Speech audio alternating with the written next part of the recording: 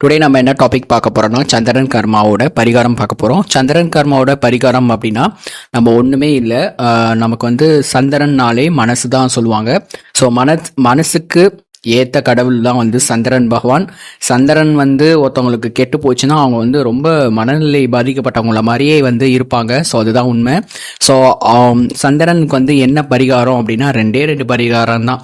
இதை நீங்கள் உங்கள் லைஃப்பில் நீங்கள் ஃபாலோ பண்ணாலே உங்களுக்கு சந்திரன் வந்து வீக்காக இருந்துச்சுன்னா கண்டிப்பாக இந்த பரிகாரம் செய்யும் போது உங்களோட லைஃப்ல சந்திரன் வந்து ரொம்ப நல்லது செய்ய ஆரம்பிச்சிருவாரு.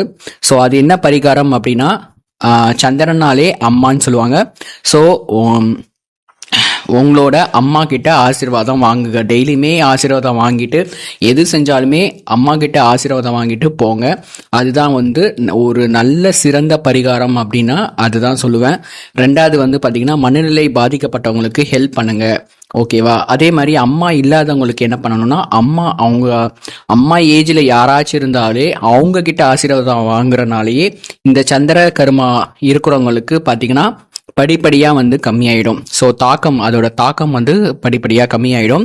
ஸோ இந்த சந்திரன் கர்மா எதனால் வந்துச்சுன்னா போன ஜென்மத்தில், அதாவது போன ஜென்மம் ஒன்று இருக்குது. ஸோ அந்த போன ஜென்மத்தில் நம்மளோட அம்மாவை வந்து நம்ம வந்து நல்லபடியாக பார்த்துக்காம அவங்களுக்கு வந்து ஏதாச்சும் ஒரு தீங்கு செய்கிறதுனால தான் இந்த சந்திர கர்மா வந்து வந்திருக்கு.